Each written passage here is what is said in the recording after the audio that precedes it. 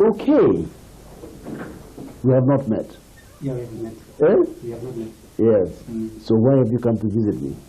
Well, we've been requested to come here and visit you in respect of the story about Wanja. We were watching this TV with my wife one evening when we were just resting, and it was a very interesting story. Let's hear from your wife. What do you remember about the story of Wanja? One thing I remember about the story of Wanja over the family media was about the rape audio. That was the which audio? Rape. The rape audio. Yeah, that was stuck in my mind. And again, I became also interested because I heard that she's an orphan. The father and the mother had already passed away. So those are the two things. How did watching this program make you feel? What did you feel when you were watching the program? Very sympathetic. Yeah. All right. And so we try and follow and see whether we could meet her. In fact, we have made an effort. She visited us. We have seen her. And then that's why we had to come over here. Okay. Yeah. I want you to go back to the night that you and your husband were watching Wanja on TV. Just tell us what thoughts were coming to your head, what you're feeling, that sort of thing. When the program started, I was not in the sitting room. My husband called me. What did he say? Yeah, he told me, come and see, come and watch. So come and watch what? Yeah, so I didn't ask. So I just came. When your husband tells you come, you just run? Yeah, I just do that. Always? Yeah. So then I came and I sat. Then I listened.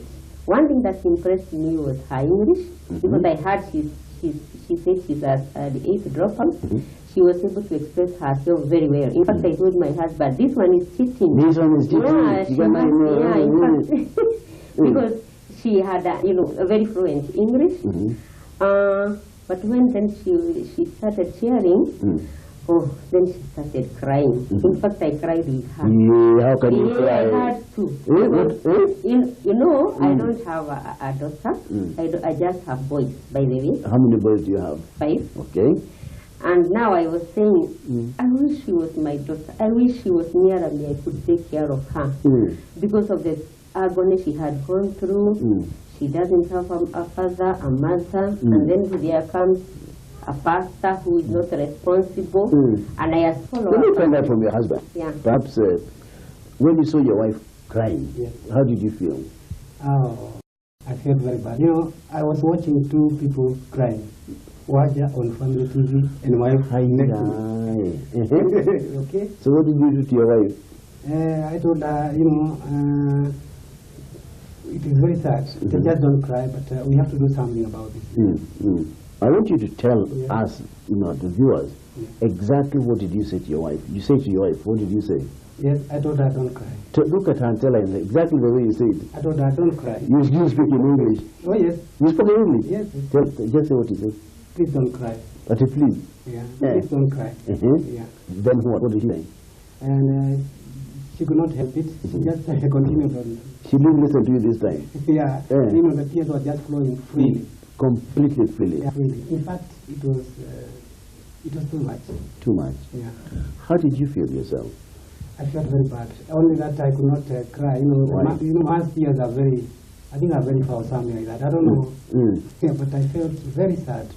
Yeah, I felt very sad. I felt for lady, for the young lady. So it was time to go to sleep? Yes, it was time to go to sleep. Okay, what happened after that? In fact, we discussed in detail that particular night. But the following day, we just discussed with my wife. In fact, I was the first person to tell her about my feeling about the previous, whatever we saw on the family TV. And I told her that... this is during breakfast now? Yeah, during breakfast. You said, now, my dear, Mimi could not sleep in the night. Yes. Is it true you couldn't sleep that night? In fact, I couldn't sleep. And then it was then that when we were in the course of our discussion, something was going through my mind. I said, maybe somebody, maybe big people maybe some millionaires will help her, big people with a lot of money. Why did millionaires help anybody? That's what I was thinking. Millionaires that the other will come and... yeah, or some politician of a sort could come and maybe help her. But as I discussed with my wife, we said, no, let us not wait for anybody. Let us throw the first stone. And then we have to get to Wanja. So, let's just ask Wanja. You've heard the story of these two people. Yeah. There you are on that night on television, just crying. Yes. As the tears, as the gentleman says, flowed freely, what was going on through your mind? I found myself crying. I could remember my past, and I was very sad remembering my past. Yeah. Tell us how you met these two people. At first they called me, and then they gave me the direction to where I can meet them. How did they know where to catch you? They called the number I gave to Family TV, and then I was given the message. Then I called them, and they told me they want to meet me. Yeah. And then what happened? We Tell met. us about the first time you met them. What did you think when you first met them, and where did you meet them? First, I met with Mrs. Kamau. We talked, and I felt very happy. Tell us about the conversation you first held with Mrs. Kamau. When you saw her, what did your heart say to you? I was very happy knowing that at first I had this problem, and I found it very difficult because the first two people called were men. I feared a lot. That night I couldn't sleep, and I asked God, Okay. am I going to deal with men again of all what I've gone through? Tell us again, because some viewers are watching this for the first time. When two men called you, you thought, am I going to deal with the men again? What do you mean by that? Of what I've gone through with men, I had that fear. And I asked God, if anything bad happened again, what will I do? And I just pray God. I thank God because when Mr. Kamau called me, he explained to me everything. He gave me the detail of his wife, and I was happy. At first, I feared, and I told my boss, I don't know if I'm going to deal with these people. I'm going to give up. Yeah. Then what happened? Then there's this, on Family TV, Pastor Mori was preaching. The message was unsolved issues, unmet needs, and wounded hearts. So he preached, and I think he was talking to me that day. What did he say to you? He said, maybe you have gone through much, and you have all this kind of fear. He said, those people who are wounded in their heart, maybe you are raped, things you needed, they are not yet met. And he said, I used to say 3 nevers. Never, never again will a man dare to touch me. If he touch me, either I kill him or I kill him. Yeah. Like that? Yeah. When he was preaching, he said, you must accept that the thing happened to you. Leave it on your path and go forward and be positive about your life. So I gained courage to deal with these people. Yeah. Anyway, so you met Mrs. Kamau. Yeah. What was your first impression of Mrs. Kamau? She was very kind. We talked. In fact, she bought me a soda. One soda for you? Yeah. What's so important about a soda?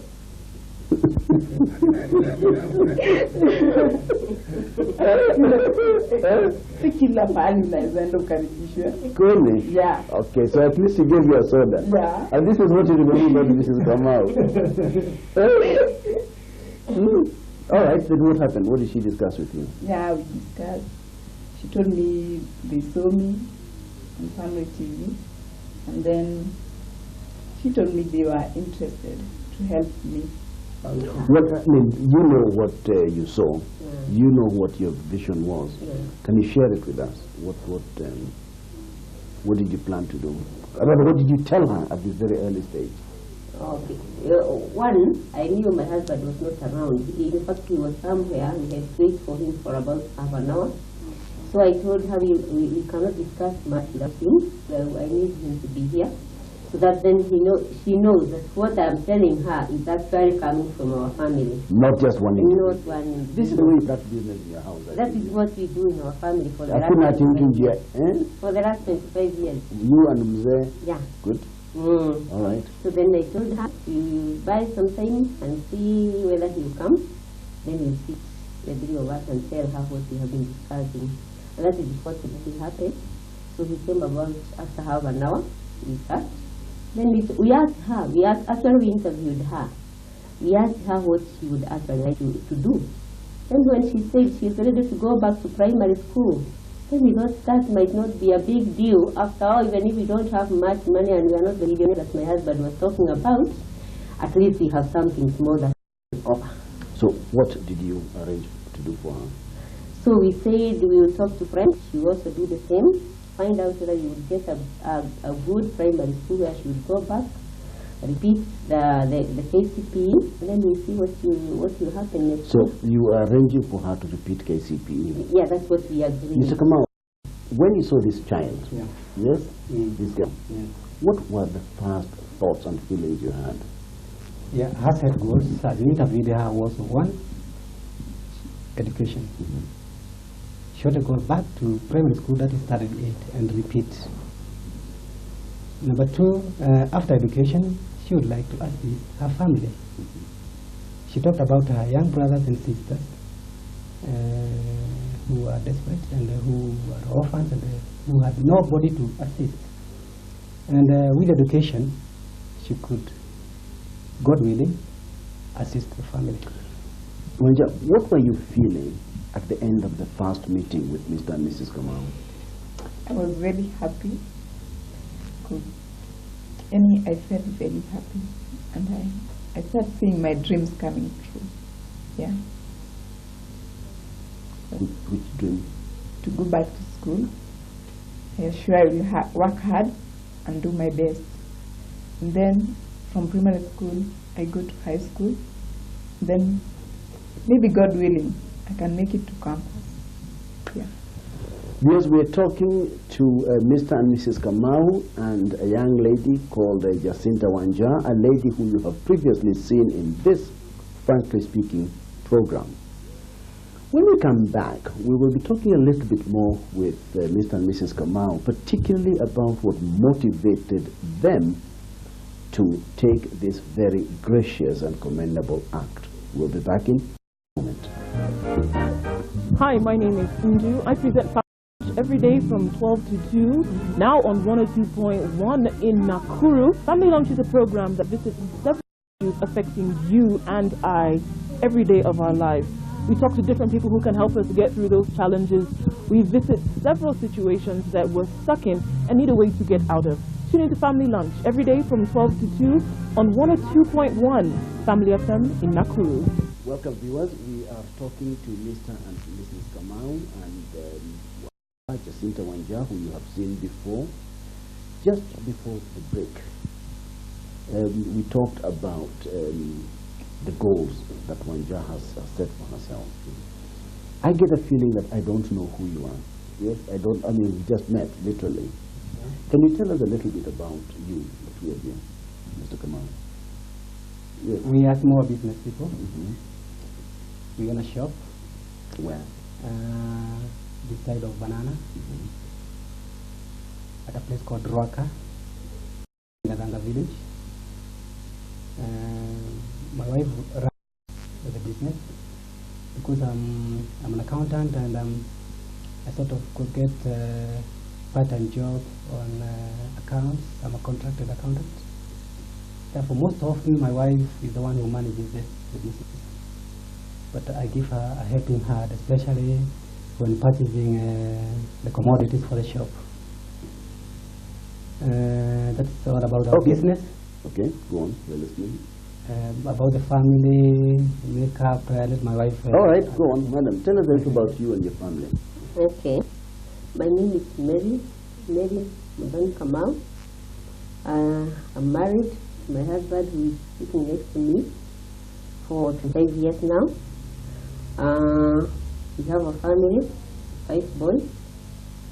The first one is 27, the second one is 25, and the third one is 23. There is another one who is 21, and the last one is 15 years. Nice boys. Yes, nice boys. What are they doing themselves? Okay. 2 of them, the first and the second, are working. The third one is in KU, Kenyatta University, pursuing a degree in becoming Bachelor of Commerce in Economy. The third one is in Catholic University, also a third year. Fourth year. The The father fourth, knows. yeah, All right. the What is it? Thank you What for does it correcting me. That's all right. That is Yeah. okay. The fourth one is in Okay. Catholic University, Okay. pursuing Bachelor of Arts in Social Sciences, and the last one is in Form 2 in Olekejuado High School. I'm going to ask you this. Yeah, Your boys are doing very well. somehow. What do you mean somehow? They're doing well. Okay. Yeah, You said earlier on that when you saw this girl, this yeah, one, yeah. well, tell us what you felt.